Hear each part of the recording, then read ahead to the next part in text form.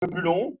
L'idée, c'est pour que chacun puisse rester assis, parce que plus il y a de, on se déplace, on est proche d'un buffet, plus c'est risqué. Là, lorsqu'on reste assis, le risque est plus petit, donc c'est pour ça qu'on vient vers vous. Et donc on a la chance et l'honneur d'avoir donc le Rav Yossi Amar, qui est directeur des Betravad de Pontokobo et du Seine-et-Marne. Vous le connaissez, je pense, il est déjà venu ici. Et lorsque vous avez une adresse, une personne qui est en Seine-et-Marne, qui est perdue dans un petite ville ou un petit village, et il a besoin de matzot, de mezuzot, ou bien même d'un repas pour Shabbat, lorsque vous me demandez, je vous envoie tout de suite vers un numéro. C'est le Rav Yossi Amar qui est ici. On sait comment la Seine-et-Marne, comment c'est long, c'est des milliers de kilomètres qui parcourent tous les semaines. Et donc, il va nous parler sur le Ravi, il va nous raconter des histoires, des anecdotes. Le Rav Yossi Amar aussi, il a fait une application qui est très connue, c'est l'application Eutora, où il y a énormément de cours, et tous les semaines des nouveaux cours qui sont là. D'ailleurs, le cours qu'il va nous faire ici, il est retransmis en direct d'ailleurs, et sur YouTube aussi, en direct. Mais avant tout d'abord, bienvenue. Merci d'être présent malgré la situation. C'était pas simple. Merci d'être venu. Et je vais demander à Fabrice. Ça fait des années que c'est Fabrice et sa famille qui nous offrent cette très belle élu-là. Et c'était un tracas pour lui, comment organiser. Et Baruch Hashem, c'est fait. Donc je vais lui demander de dire un mot.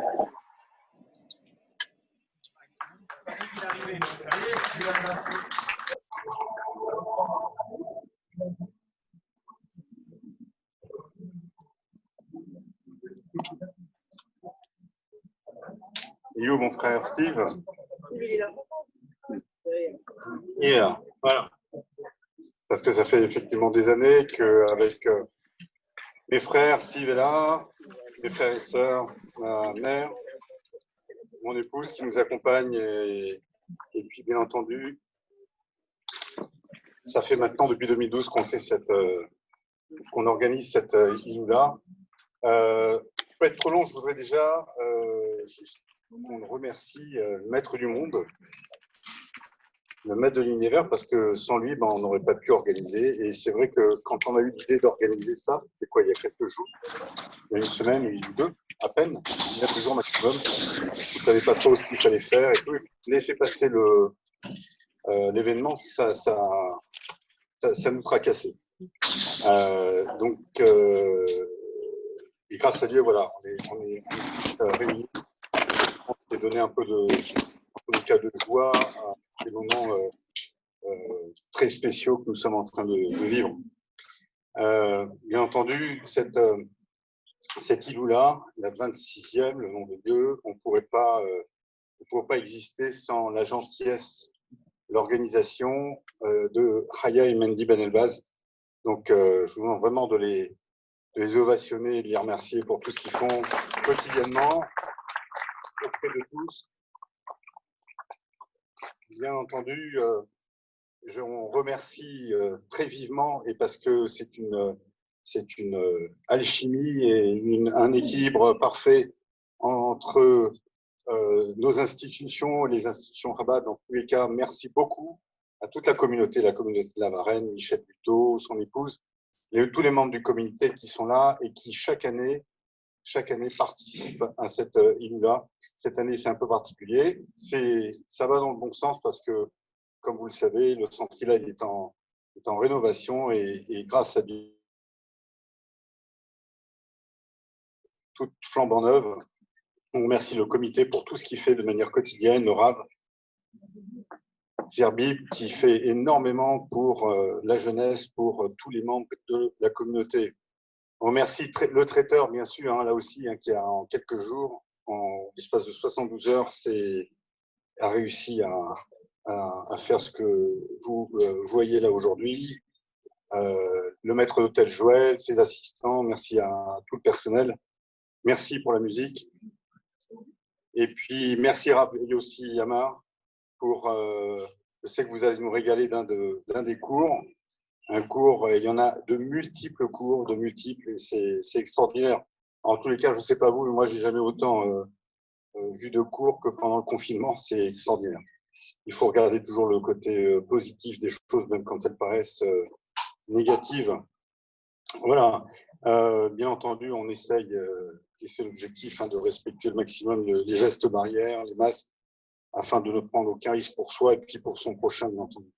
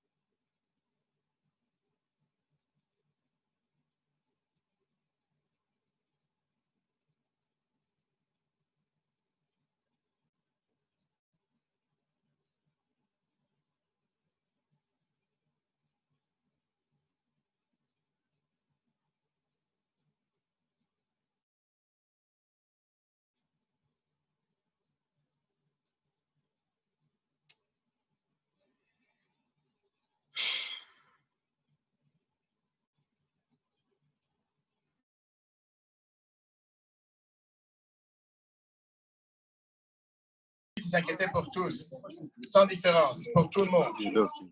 Que ce soit des personnes juives comme des personnes non juives. On va essayer de partager ensemble ce soir. Et néanmoins, on se trouve dans une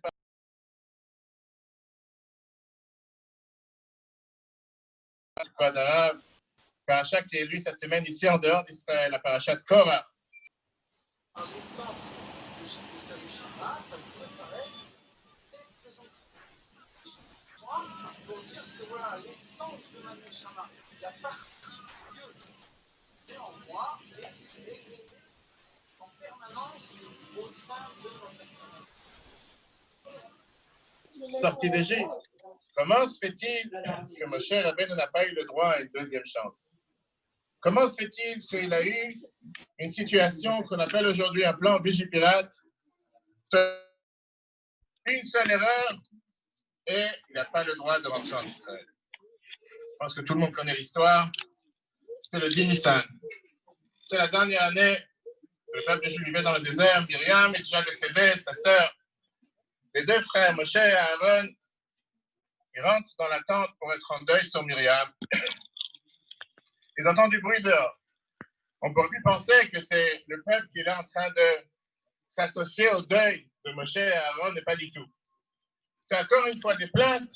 Le peuple juif qui est connu pour être un peuple de râleurs par excellence. Je ne parle pas de l'assemblée ici présente dans les parachutes qu'on a vu les dernières semaines. Et voici que la Torah nous dit il n'y avait pas d'eau pour le peuple, pour la communauté. Le peuple s'est battu avec Moshe en disant pourquoi vous avez amené la communauté, le peuple juif dans ce désert, la moucha pour mourir, nous et le troupeau. Dieu demande à Moshe, prends le bâton et va parler au rocher afin de faire sortir de l'eau. Moshe, il tape sur le rocher à la place de parler, beaucoup d'eau est sortie. Et voilà que cela devient une faute impardonnable. Une faute impardonnable dans laquelle Dieu lui dit la phrase suivante. Puisque vous n'avez pas fait confiance pour sanctifier mon nom,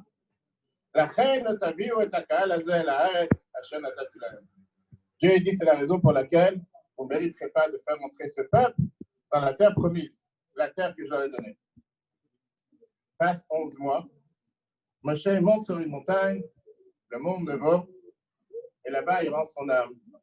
Un nouveau successeur arrive pour le peuple juif, Joshua. Et lui, il décide, il prend, en tant que successeur de Moïse, il prend ce peuple et le fait rentrer en Israël. Et tout le monde demande la question. On parle ici du leader du peuple juif. On parle ici de celui qui a tout fait, il a tout donné. Pendant 40 ans, il les a soutenus, pendant 40 ans, il a tout fait pour ce peuple. Et ce n'est pas possible de lui pardonner, ce n'est pas possible d'être moins de rigueur, un peu plus sympa avec lui. Qu'est-ce qu'il a déjà fait? Au final, il a fait sortir de l'eau, comme ils ont demandé. Alors, c'est vrai qu'il n'a pas parlé, il a tapé sur le rocher, mais ce n'était pas si grave. Le pire, c'est qu'il n'a même pas eu la mérite de pouvoir être enterré en Israël. À la rigueur, il n'est pas rentré de son vivant. On va dire Dieu, il a décidé de lui envoyer une telle punition incompréhensible. Mais au moins pouvoir être enterré. Imaginez-nous un instant aujourd'hui un lieu de pèlerinage, la tombe de Moïse. Des centaines de milliers de personnes seraient parties pèleriner tous les jours, voir juifs comme non-juifs. Même ça, il n'a pas eu la chance. Comment est-ce possible?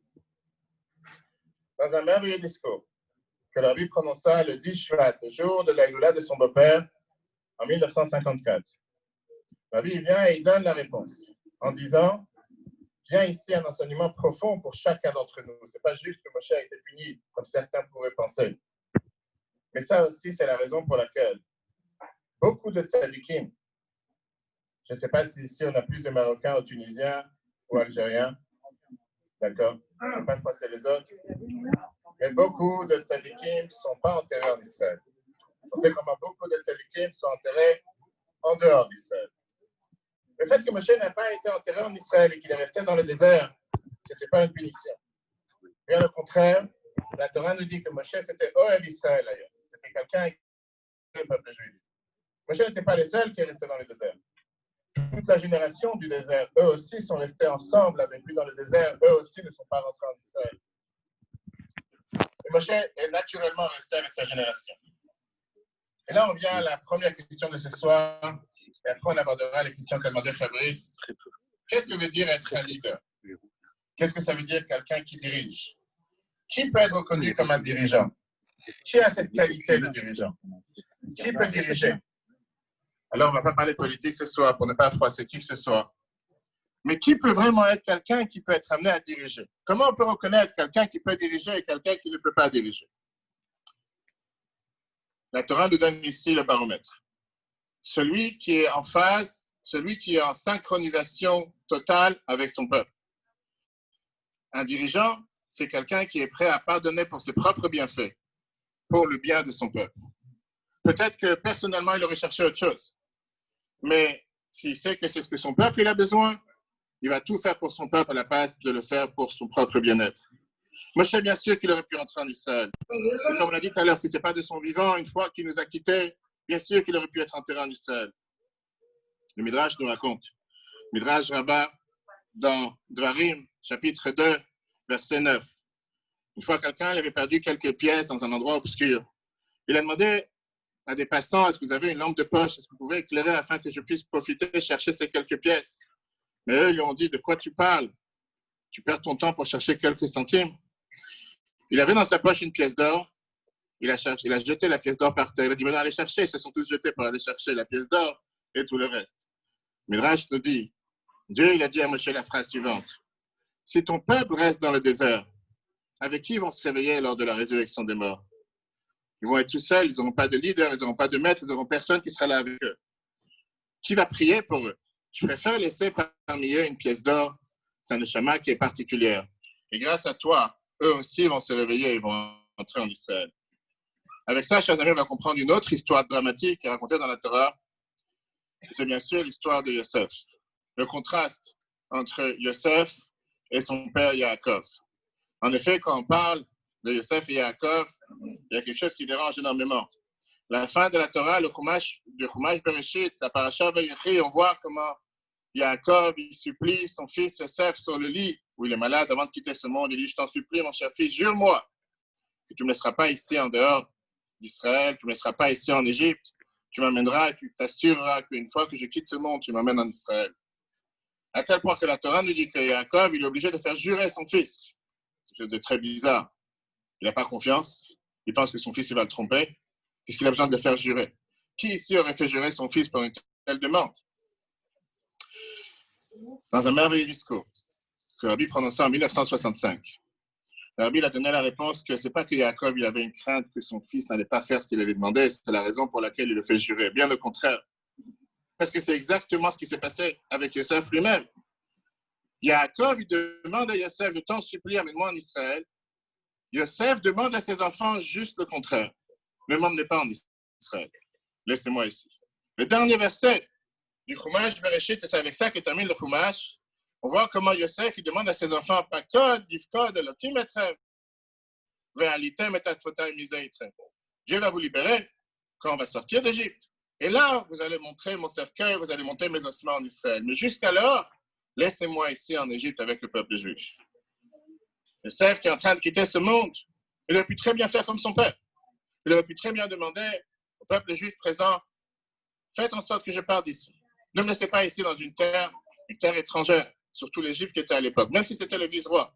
Non, il leur demande, laissez-moi ici. Si Dieu veut, dès que Dieu va vous sortir d'Égypte, là, je suis prêt à ce que vous me prenez ensemble avec vous pour arriver en Israël. Pourquoi un tel contraste? Comment se fait-il que le père fait jurer son fils, ne me laisse pas un instant ici en Égypte, alors que Yosef demande à ses enfants de le laisser en Égypte? Et une fois que Dieu va libérer tout le peuple juif, là, il va partir. C'était un débat, un énorme débat dans la manière de penser entre Yaakov et son fils Yosef. Yaakov pensait qu'en tant que leader du peuple juif, il n'a pas le devoir de rester ici avec son peuple. Une fois qu'il a fini sa mission sur terre, il peut partir, retourner en Israël. Yosef pensait que la tête ne peut pas se séparer du corps. Yosef pensait que si mon peuple, si la génération avec laquelle j'ai vécu est en Égypte, je ne peux pas quitter ce peuple, je ne peux pas quitter cette terre. Tout le temps que ma génération est présente, je ne peux pas m'en séparer. Je suis obligé d'être présent aussi avec eux. Je ne peux pas être quelqu'un qui est un simple spectateur, je dois être un vrai acteur. Et un acteur, pas seulement de mon vivant, un acteur une fois aussi que j'ai quitté ce monde. En sachant qu'il y aura des difficultés.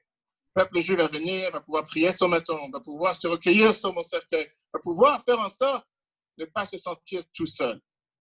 Car la plus pire des choses, on a vu malheureusement avec le confinement les derniers mois, la plus pire des choses qui peut arriver à une personne, c'est la solitude. Se sentir tout seul. Peut être entouré de beaucoup de personnes. Combien de personnes, nos parents, de personnes âgées, se sont sentis la fête de Pessah ou d'autres moments, alors qu'ils avaient des enfants proches et qu'ils n'avaient pas le droit de se visiter. La solitude, c'est la chose la plus pire. Ce message, c'est dans ce que le Rabbi nous transmet. Il n'y a pas mieux pour définir qui était le Rabbi.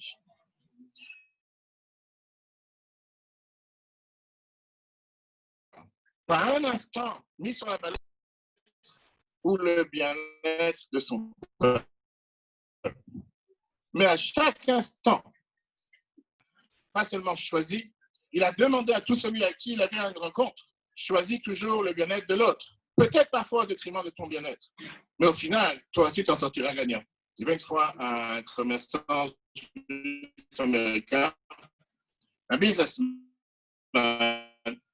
qui va à New York pour ses affaires. Pardon.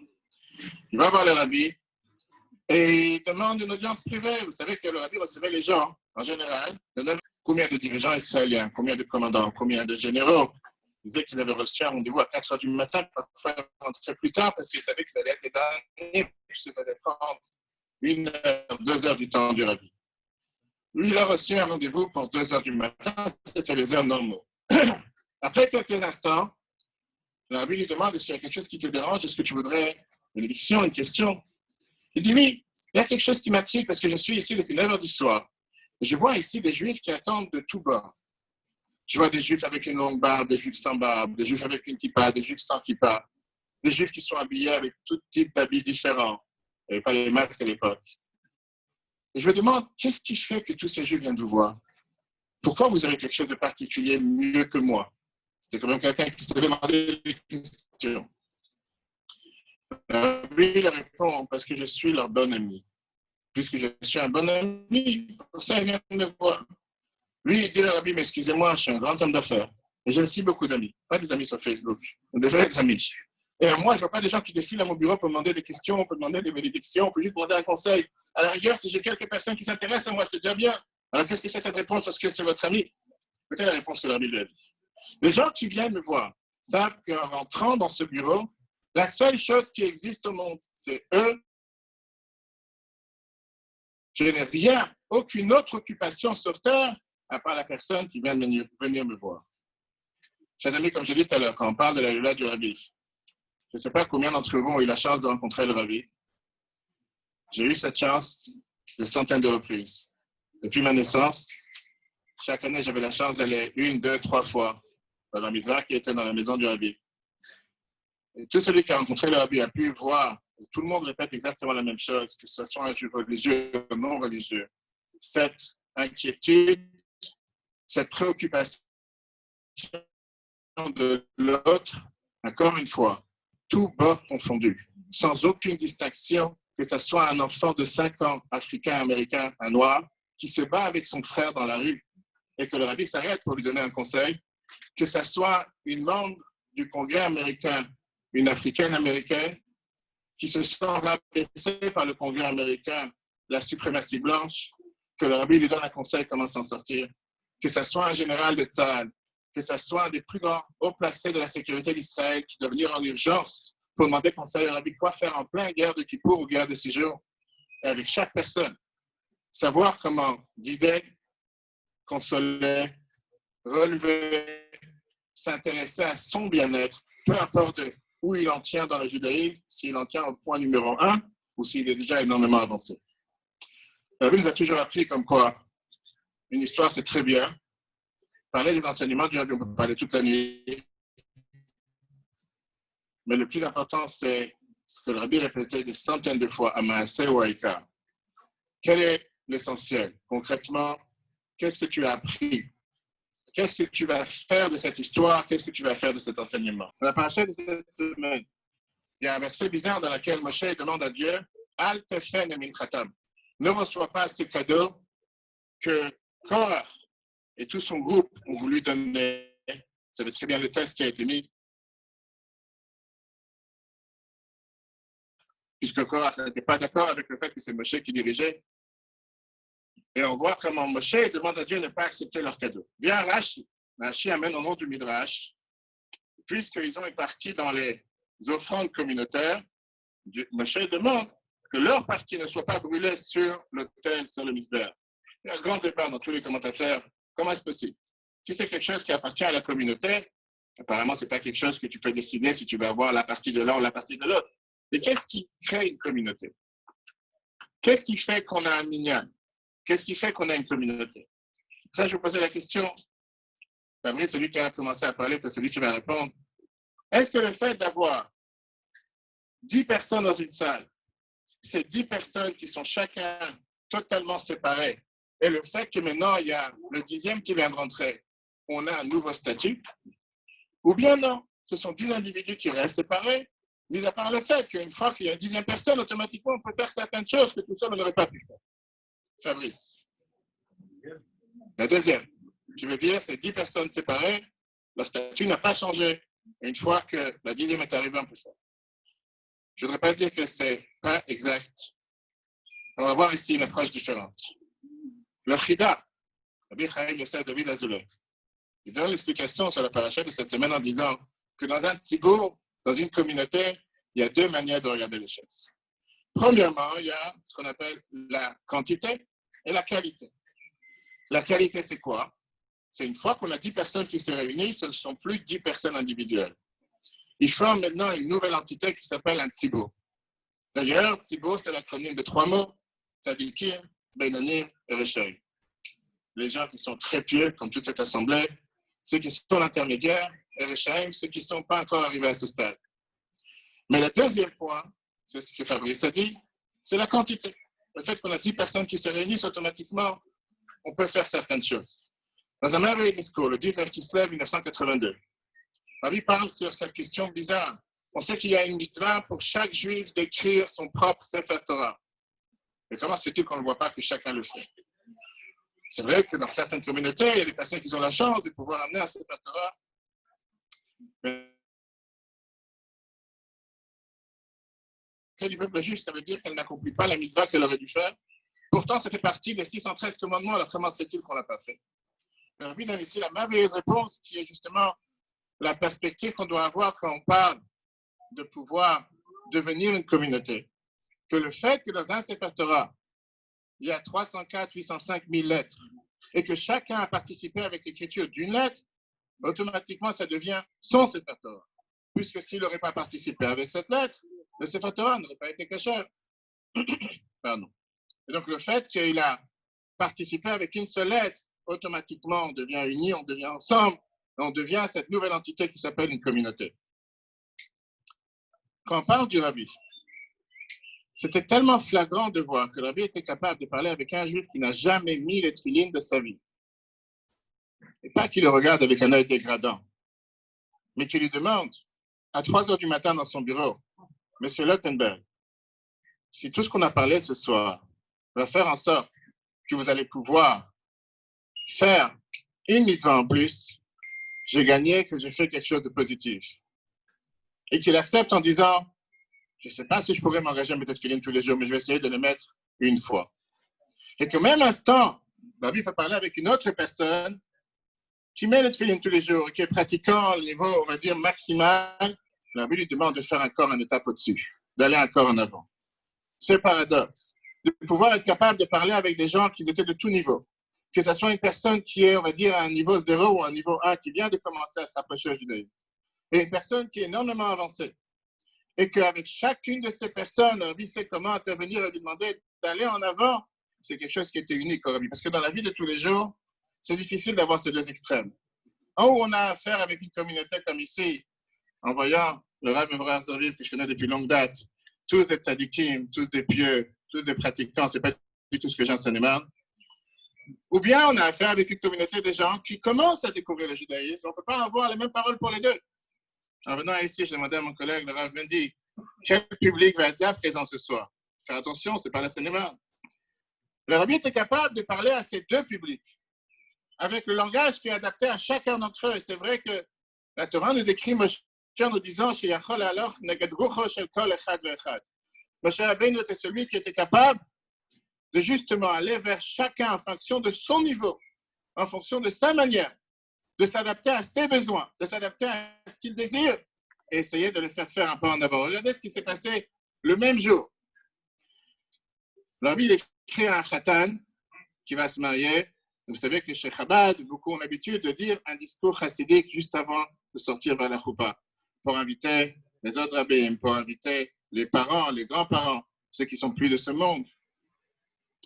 Et le khatan qui dit au Rabbi qui s'apprête, il est fatigué, il n'a pas eu le temps, mais il a une raison, qui ne va pas dire tout le discours, il va dire une partie du discours. Le Rabbi qui lui écrit, j'ai entendu qu'à ton mariage, tu as dit une partie du discours, c'est quoi ça? On dit un discours, on dit le discours en entier, on ne dit pas juste une moitié. Bon, Rabbi termine sa lettre en disant, puisque tu es déjà marié, on ne va pas te demander de refaire un mariage. Mais néanmoins, je te demande de rassembler quelques dizaines de juifs, refais le discours à la place et dis le discours en entier. Et le Rabbi, pas qu'il le menace, mais il finit avec des mots difficiles. Qu'est-ce que ça veut dire que tu as dit un demi-discours?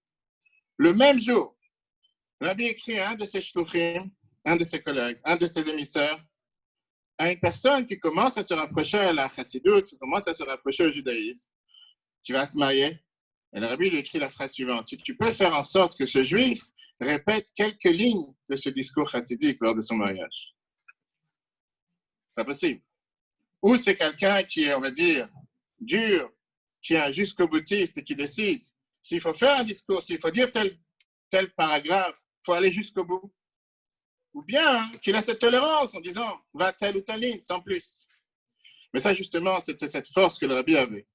Avec le même stylo, avec la même personnalité, être capable de pouvoir, d'un côté, demander le maximum à quelqu'un qui pouvait faire le maximum, et de l'autre côté, à une personne qui vient d'avancer, de commencer à faire un pas en avance. Comme j'ai dit tout à l'heure, avoir ces deux extrêmes dans la même personnalité, c'est quelque chose qui est très difficile. Mais combien d'entre nous, parfois, on a, c'est-à-dire ce regard sur un juif qui vient de commencer à avancer, qui vient de mettre et de finir pour la première fois. On se dit quoi à ton âge? Ça n'a pas appris jusqu'à présent. Qu'est-ce que ça veut dire que tu vas lire la paracha, un paragraphe? Pourquoi pas tous les 7 paragraphes quand on parle d'un bar mitzvah? Tu ne sais pas lire les bénédictions en hébreu, tu vas les lire en phonétique. Combien de fois ça arrive qu'on regarde sur un de nos proches en espérant, en attendant de lui d'aller beaucoup plus vite que qu'est-ce qu'il est capable de faire, qu'est-ce qu'il peut faire? Et justement, avec ce sentiment d'infériorité que parfois on peut avoir en se disant, si tout le monde fait comme ça, pourquoi lui ne ferait pas comme ça? Et on sait très bien que ça, c'est la plus pire des choses en tant que parents et enfants, de comprendre les uns aux autres. Comment la Torah nous enseigne que chaque enfant, c'est une neshama spéciale, un devoir particulier. On peut avoir 3 ou 4 enfants, ou 5 ou 10 enfants dans la même maison, mais chacun est totalement différent. Sachez que pour un juif, son devoir, c'est de commencer à mettre de filine, que ne serait-ce que 2 minutes par jour, pour faire ce qu'on appelle le minimum, faire le schéma. Et ça se fait que pour un autre juif, ne peut pas se suffire avec faire le minimum.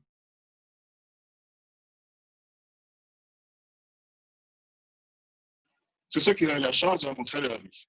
À l'âge de 90 ans, le Rabbi était debout pendant 7 à 8 heures chaque dimanche pour recevoir des milliers de personnes qui venaient. Je me rappelle, à l'époque, j'étais à la Yeshiva et il y avait des enfants qui avaient la chance d'avoir leurs parents qui travaillaient à Air France. Parfois, ils prenaient, je vois pas. Parfois, ils prenaient un billet le dimanche matin pour aller à New York avec l'avion de 10h30 pour arriver à 12h30 à New York. Ils passaient dans les dollars du dimanche et reprenaient le vol du soir pour arriver le lendemain matin à 6h. Et beaucoup de gens avaient l'habitude de le faire. De voir le Rabbi à son âge pendant 8 heures debout, sans manger, sans se gratter la tête, sans rentrer dans son bureau pour prendre un verre d'eau. 8 heures debout à l'âge de 90 ans, pour recevoir les demandes de tout celui qui désirait, juif comme non-juif confondus. Une femme a écrit une fois une lettre au Rabbi sur la Shoah, sur l'Holocauste, une femme qui n'était pas religieuse. Et beaucoup de questions. Je pense que beaucoup d'entre vous ont connu Elie Wiesel. Elie Wiesel qui est décédé il y a quelques années, qui est un grand admirateur du Rabbi. Grâce au Rabbi, il s'est marié. Grâce au Rabbi, il a eu un enfant. Il y a un énorme échange entre lui et le Rabbi en 1965 et même avant, dans lequel le Rabbi lui dit, puisqu'au départ, il ne voulait pas se marier, que s'il ne va pas fonder une famille, c'est la plus grande deuxième victoire qu'il peut donner à Hitler. Le jour de son mariage, il a reçu plusieurs cadeaux. Et il raconte comme quoi le plus beau cadeau qu'il a reçu, c'est un bouquet de fleurs de la part du Rabbi de la vie. Le jour de la naissance de son fils, avec un fils qu'il a appelé Isha, pareil, le Rabbi lui a envoyé aussi un bouquet de fleurs avec tout ce que le Rabbi avait à faire. Sa femme qui est sur la vie sur la Shoah, le Rabbi lui répond différentes réponses. Et à la fin, le Rabbi lui dit, je vois que tu signes avec un nom qui n'est pas juif, un nom français, un nom populaire. Et je me rappelle qu'il y a 10 ans, tu m'as envoyé une invitation pour le mariage de ton fils. Et là-bas, il y avait ton nom juif. Qu'est-ce qui se passe en attendant? Tu t'es francisé, tu as assimilé. Ça, c'est ma question. Le Rabbi lui fait la remarque. Dans le passé, tu m'as écrit avec ton nom juif, et là, tu écris avec ton nom non juif. D'abord, on peut s'interroger sur cette mémoire. Des dizaines de milliers de personnes qui passent voir le rabbi chaque semaine. En 10 ans, combien de personnes sont passées? Et là, le rabbi se rappelle qu'il y a 10 ans, cette femme lui a écrit une invitation pour le mariage de son fils à l'écrivain de son nom. Mais là, on peut se demander la question, qu'est-ce qui dérange le rabbi? Qu'est-ce qui dérange? Cette femme, elle a des questions. Ça lui dérange. Comment ça se fait qu'il y a eu la Shoah? Beaucoup de gens ont des questions et on a tous le droit d'avoir des questions. C'est pas interdit d'avoir des questions. Qu'est-ce que ça dérange? Elle a écrit qu'elle s'appelait Myriam ou qu'elle s'appelait, je ne sais pas, Paulette, ou là, ça va n'importe quel nom. Quelle différence? Mais la Bible a écrit la phrase suivante, écoutez bien. Tu m'écris que tu ne peux pas croire en Dieu après ce qui s'est passé dans la Shoah. De ta lettre, ça dégage une énorme haine au peuple allemand. Et avec ça, je suis d'accord avec toi. Mais moi, je te demande une question. En tant que fille juive, pourquoi tu utilises un nom qui a une origine chez les Allemands? Si tu te revendiques en tant que juif et que tu ne peux pas supporter ce peuple avec tout ce mal qu'ils ont fait à tes ancêtres, comment tu peux utiliser un nom qui vient de leur origine? La Bible termine avec une énorme finesse. Si tu peux me rendre un service personnel, je demande qu'à partir d'aujourd'hui, utilise ton nom juif, ton prénom juif, dans n'importe quel endroit où tu vas. Imaginez-nous un instant, une professeure juive qui ne jamais utilise son prénom juif, comme beaucoup ont l'habitude. Elle écrit au rabbi des questions qui la dérangent sur la foi. Le rabbi, en tant que dirigeant du peuple juif, doit lui répondre à ces questions. Et il s'intéresse à qu'est-ce que je peux gagner encore. Est-ce que je peux faire en sorte que cette femme va avancer un pas dans le judaïsme? Est-ce que je peux faire en sorte que le fait qu'elle utilise un nom qui n'est pas un prénom juif, qu'à partir d'aujourd'hui, elle s'habitue à utiliser un prénom juif, ça sera déjà un énorme pas en avant. Si on peut résumer ça en une phrase, c'est ce qui veut dire que le rabbi ne abandonnait personne, en aucun cas, d'aucune manière. Il était capable de voir le positif dans n'importe quelle situation. Dans n'importe quelle situation qui pouvait paraître comme une femme qui a des questions de foi. Imaginez-nous un instant aujourd'hui un rabbin de communauté, je ne parle pas du Rav Zabé. Une femme vient demander des questions. Où était Dieu pendant le confinement? Où était Dieu pendant le corona? Et beaucoup d'autres questions que les gens se posaient, qu'on a le droit de se poser. Et qu'un rabbin lui aurait dit, écoute, moi, je n'ai pas le temps pour tes bêtises, laisse-toi tranquille. Il faut avoir la foi en Dieu. On n'a pas le droit d'avoir des questions, on en passe. La vie prend la patience de lui répondre à toutes ces questions. Mais il s'intéresse surtout au fait qu'elle-même avance avec un pas pour se sentir un peu plus juive, par ça qu'elle utilise son prénom juif. Avant de terminer avec une merveilleuse histoire, parce qu'on m'a dit qu'une histoire de Shalom Bayit peut toujours faire du bien à l'harmonie dans le couple. Combien de fois arrive qu'on rencontre un juif, même pour un instant, et qu'on lui propose de mettre le tefillin? Une femme demandant d'allumer les bougies de Shabbat, voire aller au mikveh. Et combien de fois quelqu'un peut se dire, qu'est-ce que tu vas gagner avec cette mitzvah? Qu'est-ce que tu vas gagner en demandant à une personne de faire un psaume, de dire une phrase, de faire un pas en avant? C'est où tout ou rien. Où tu fais les choses correctement, ou tu ne fais pas correctement. Pour parler de régime, un dossier que je connais bien, les diététiciens vont vous dire, ou tu le fais correctement, ou tu ne le fais pas. Ça n'existe pas que le matin tu fais un régime, l'après-midi tu ne fais pas, le soir tu reprends. Ou tu décides de faire le régime comme il faut, sinon tu ne fais pas. Pourquoi pas dans la religion exactement la même chose? Le Sfatemet, qui était un rabbi de Gour, il dit dans la paracha de cette semaine, quand est-ce qu'on peut faire la différence entre un Moshe et un Korah? Il dit qu'un Moshe, c'est quelqu'un qui valorise chaque petit pas. Ne jamais sous-estimer la valeur d'une seule bonne action. Celui qui cherche les grandes choses, parce que les petites choses ne lui donnent pas d'importance, ça c'est un Korah. Moshe connaissait l'importance de chaque être humain sur terre. Moshe a été devenu le leader du peuple juif par ça qu'il est parti s'inquiéter à une seule brebis qui s'est égarée du troupeau. Et comme le Midrash nous raconte, c'est la même chose qui s'est passée avec David. Et c'est pour ça qu'il a décidé de le nommer le roi du peuple juif, et Moshe le leader du peuple juif. Korah, il avait tout pour être heureux. Korah faisait partie de la tribu de Lévi. 600 000 personnes le regardaient avec jalousie. Lui, il a la chance de pouvoir porter l'arche. La tribu de Lévi. Qui n'aurait pas voulu faire partie de cette élite qui était autour du temple? Personne n'était capable de le faire à part Korah et son troupeau. Mais néanmoins, ce qui le dérangeait, pourquoi je ne suis pas comme toi? Pourquoi je ne suis pas à ta place? Tout ce qu'il avait ne le suffisait pas, il fallait qu'il ait quelque chose d'autre. On nous dit que quelqu'un pareil, on sait tous où il a fini.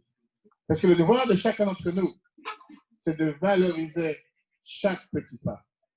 Une maman, je pense que c'est beaucoup de mamans le savent, qui veut que ses enfants apprennent à marcher. Si jamais elle ne tolère pas qu'un enfant il marche et il tombe,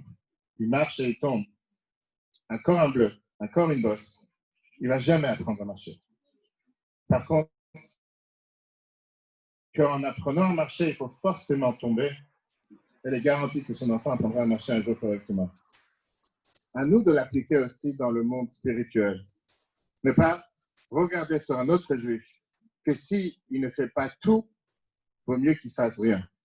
Mais bien au contraire, un juif qui fait un pas en avant, ça a toute sa valeur auprès de Dieu.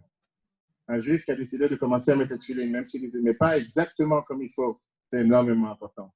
Une femme qui a décidé de commencer à venir à un cours de Torah, ne serait-ce que pour 10 minutes, c'est énormément important.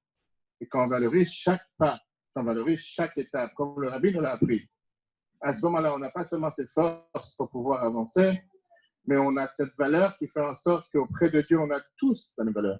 Et puisqu'auprès de Dieu, on est tous les mêmes, Dieu nous aime comme nous sommes et il nous donne les forces pour pouvoir évoluer et avancer quotidiennement. Avant de terminer avec cette histoire, on m'a demandé de parler de ce qui vient de se passer les derniers 3 mois. Et c'est vrai que c'était une période difficile, une période dans laquelle beaucoup de gens se posent des questions. Une période dans laquelle beaucoup de gens se demandent où était Dieu? Comment se fait-il tellement de décès, tellement de malades, tellement de difficultés? Si vous pensez que j'ai les réponses, je n'ai pas les réponses. Mais je pense que la Torah et la paracha de cette semaine nous apprend comme quoi Dieu est présent partout, pour tous, à chaque instant. Alors oui, parfois, il nous paraît être en retrait, comme en obscurité, mais ne pas oublier un instant que même si à nous, il peut nous paraître qu'il n'est pas présent, il est parfois encore plus présent. On ne comprend pas tout. Dans la fameuse lettre que la Bible a écrite au président de l'État d'Israël en 1956, le jour de son anniversaire, la Bible a écrit la phrase suivante. Depuis que je suis parti au Cheder, l'âge de 3-4 ans, en Ukraine, j'ai eu cette image. Qu'est-ce qu'aura l'air le monde quand Mashiach sera là? Pour quel but? Alors bien sûr, il y a beaucoup de gens qui attendent que Mashiach arrive pour manger ce fameux grand taureau, cette fameuse grande baleine, ce fameux bon vin. Je pense qu'aujourd'hui, il y en a beaucoup qui l'ont déjà trouvé. Alors la Bible lui dit, pour qu'on puisse remercier Dieu pour les souffrances qu'on a subies en exil. Autre Hachem qui est un aftabi. Cette fameuse phrase qu'on a lue il n'y a pas longtemps dans l'Haftara, le fait qu'en exil, oui, on a des énormes difficultés et qu'on ne comprend pas ce qui se passe. Et on a ce devoir de demander, de pleurer, de crier à Dieu que les souffrances du peuple juif s'arrêtent. Mais néanmoins, on prie tous les jours que Mashiach arrive et qu'on puisse tous ensemble, pas seulement savoir que c'était du bien ou qu'il y a des bonnes choses parfois cachées, mais de voir le bien de manière dévoilée. Voilà l'histoire avec laquelle on va terminer. Une femme qui raconte comme quoi, dans son parcours, elle n'était pas du tout religieuse. Et quand elle a décidé d'avancer dans la Torah et les mitzvot, elle dit comme moi, son mari lui a donné beaucoup de fil à retordre. En tant que shliach, parfois on reconnaît pas mal de couples que le mari il avance plus vite que la femme qui avance plus vite que le mari. Parfois là, il a des freins d'avant, l'autre il utilise les freins de l'arrière. Parfois, c'est tous les freins ensemble. Mais le mari ne comprenait pas pourquoi tout d'un coup elle fait tellement de choses bizarres. Elle parle toute seule avant de manger, elle allume une bougie un certain jour de la semaine. Parfois, elle dit qu'elle va aller se promener dans une piscine. Il ne comprenait pas exactement qu'est-ce qu'elle cherche. Et lui, il a considéré que sa femme est devenue complètement folle, jusqu'à lui dire qu'il n'aime pas du tout. Elle a décidé d'écrire au rabbi, en se plaignant en disant la phrase suivante. J'ai décidé de garder la Torah et de faire les mitzvot, mais mon mari ne coopère pas du tout. N'est-il pas vrai que je dois le faire malgré ce qu'il me dit? Qui je dois écouter dans la vie? Mon mari ou Dieu? Bonne question. En général, les femmes savent toujours poser les bonnes questions quand il faut. Elle attendait que le rabbi lui réponde. Vous devez faire ce que la Torah vous demande, peu importe ce que votre mari vous dit. Le rabbi, ce n'est pas ce qu'il a répondu. Le rabbi lui a donné une réponse en 2 parties. D'abord, le rabbi lui a dit, ne vous battez pas avec votre mari au sujet de la religion, mais la religion hors du couple. Trouvez quelqu'un qui puisse l'influencer, quelqu'un qui respectera. C'est un conseil si sage, je raconte, qui était tout à fait conforme à l'approche du rabbi, de trouver une solution positive à chaque problème. Elle dit, j'aurais tellement aimé pouvoir le faire directement une fois que le rabbi m'a dit. Mais il a fallu du temps pour accepter, à pouvoir avoir cette harmonie dans la maison, que je puisse comprendre que c'est ça qui va prévaloir n'importe quelle autre chose, d'investir dans mon couple. Maintenant, en général, qu'est-ce qui se passe quand une femme est en conflit avec son mari sur un sujet de religion? Prenons un exemple clair. Le mari veut faire Shabbat, la femme ne veut pas. Le contraire, la femme veut faire Shabbat, le mari ne veut pas. Qu'est-ce qu'on fait dans ces cas-là, M. Steve? Bonne question. On peut faire un tour de table si vous voulez. Qu'est-ce qu'on fait? Le temps. Le temps. On y va doucement. Qu'est-ce qu'il dit Fabrice? Je ne pense pas que les femmes sont d'accord. Qu'est-ce que vous voulez dire? Chacun a son rythme. Et donc, chambre à part? Non, petit à petit. Chacun fait de petit à petit. Ok. À son rythme. Hein? Shalom Bayit. C'est un bon mot, Shalom Bayit, mais dans les faits. Concrètement, il veut faire Shabbat, il ne veut pas faire, qu'est-ce qu'on fait? Écoutez, il y en a qui vont dire, ils doivent céder. Si on veut rester en tête, si j'ai envie de faire Shabbat, ça ne marche pas de 36 façons. Hein? Ça, je vais vous le dire. Le problème, c'est que parfois, les enfants, ils sont affectés. Par ça qu'ils voient que les parents se disputent. Et le problème, c'est qu'après, les enfants peuvent identifier la religion comme une cause de tension dans la maison. Et que les enfants qui grandissent avec une telle atmosphère dans la maison peuvent se dire, si c'est comme ça, la religion ne m'intéresse pas. Quant à la deuxième partie du conseil que le rabbi lui a donné, elle a dit, j'ai dû accepter que je n'étais pas censé être le rabbin de mon mari. J'étais sa femme, puisqu'il était d'origine séfarade. Donc, il fallait que je trouve un rabbin de séfarade qui puisse comprendre son passé et qui savait comment lui parler de questions religieuses. Lorsque j'ai trouvé une telle personne, et j'ai fait un pas en arrière, les choses ont évolué. Il y avait d'autres problèmes. Je vous fais l'histoire courte, parce que les conseils que le rabbi lui a donnés, c'est des conseils qui sont valables pour chacun d'entre nous. Il y a même un moment, elle dit que la situation a tellement dégénéré que j'ai envisagé le divorce. Un moment stressant, j'ai écrit au rabbi en disant que je ne pouvais plus le supporter. Ni le supporter, mon mari, ni supporter le couple. J'ai dit, ça y est, stop, j'ai assez subi, on arrête là. Je voulais que mon mari m'accompagne dans mon voyage, mais il n'était pas du tout prêt à faire ce pas avec moi. Et je me suis dit que si je divorce, tous les problèmes vont se résoudre. Je ne sais pas de combien de personnes divorcées vous avez parlé, j'en ai parlé avec beaucoup. Il y avait une étude sur CNN, il y a 5 ans environ, qui disait que 80% des personnes qui divorcent, 3 ans plus tard, le regrettent. Et quand on leur demande est-ce que ta situation elle est meilleure qu'avant, ils ne disent pas forcément. Alors pourquoi tu l'as fait? Parce que tout le monde le fait. Je laisserai l'étude pour après, si vous voulez, je vous envoie le lien. Maintenant, ça ne veut pas dire qu'il ne faut pas divorcer dans certaines situations. La Torah donne des lois de divorce, mais ce n'est pas le sujet de ce soir. La réponse du rabbi était que le fait que je me suis marié sous une troupa, le fait que je me suis marié sous une cérémonie religieuse, avec les Sheva Brachot, les bénédictions qui ont été dites, non seulement que j'avais la chance, mais en plus j'ai eu cette chance de pouvoir avoir des enfants, et donc je devais tout faire pour les élever dans un foyer complet et pas un foyer brisé. Le rabbi lui dit, c'est votre vraie richesse, et votre mission est d'être un exemple pour toutes vos connaissances et toutes les femmes juives qui sont autour de vous. Par conséquent, il est impossible que vous ayez la tranquillité d'esprit si vous vous séparez de votre mari. Ça ne veut pas dire que c'est une réponse valable pour tous les cas. Ça, c'est la réponse que le rabbi lui a donnée. Le rabbi a conclu que si j'étais encore malheureuse, après que mon dernier enfant ait grandi et quitté la maison, on pourra à ce moment-là reprendre ce sujet. Et pendant ce temps, il prierait pour moi sur la tombe de son beau-père. Bien qu'avec le recul, je comprends que le rabbi savait qu'on ne va jamais divorcer. Mais il a exécuté ici une brillante manœuvre psychologique en me laissant penser que ma demande n'avait pas été rejetée, mais simplement reportée. Et c'est comme ça que le rabbi montrait à chaque fois l'état positif. Une fois, quand j'ai écrit une lettre très déprimée, disant que je ne sais pas où se diriger mon mariage, que je n'ai pas réussi à influencer mon mari à devenir observant, un juif qui pratique la religion, le rabbi il a pris un crayon, comme il avait l'habitude d'écrire sur la lettre, et il me dit la phrase suivante. Vous avez réussi dans des domaines les plus essentiels.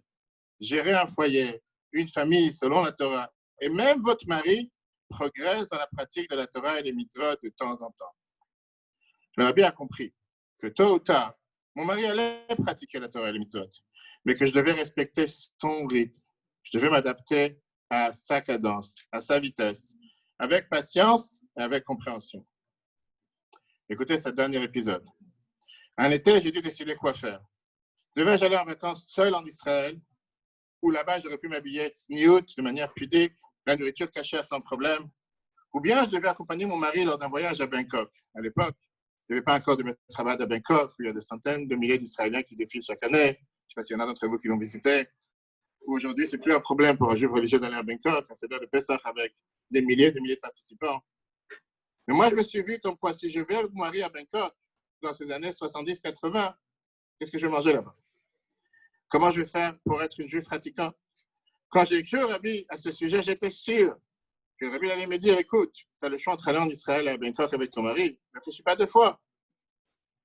Et là, je reçois un appel du secrétaire du Rabbi qui me dit, il y a une réponse du Rabbi pour toi. Je vais voir le secrétaire et que le Rabbi m'écrit Bangkok avec ton mari. Et donc, je suis allé à Bangkok avec mon mari. Il était très content que je l'ai fait. Mais après, il me dit, je suppose que maintenant, je ne vais pas te voir pendant un an. C'est alors que j'ai réalisé à quel point j'avais négligé mon mari. Je mettais tout mon effort pour aider les autres, mais ce qui m'éloignait de chez moi avec la majorité du temps. Mais on sait très bien que la charité commence à la maison. Donnez plus de temps à votre mari, c'est ce que le Rabbi avait essayé de me faire comprendre. Quand j'ai finalement mis en œuvre tous ces conseils que le Rabbi m'a donnés, j'ai eu la chance que mon mari est devenu plus religieux que moi. Mais ces progrès ne sont pas arrivés qu'après avoir cessé de se disputer avec lui au sujet de la religion et d'être lié avec lui avec amour et patience, comme le Rabbi me disait le faire tout le temps. Pourquoi j'ai pris cette histoire? Chers amis, on a tous ces débats à l'intérieur de nous. Parfois, on pense aller trop vite, parfois, on pense aller moins vite. Parfois, on pense rabaisser l'autre, parfois, on pense juger l'autre. Parfois, on se pose des questions en se disant de quoi il fait l'avenir. Combien de gens, avec ce qui vient de se passer les derniers 3 mois, parfois ont eu difficultés mentales, difficultés psychologiques, difficultés dans la santé tout court. Et beaucoup de gens s'inquiètent sur le futur. Et beaucoup de gens se demandent qu'est-ce qui va en devenir.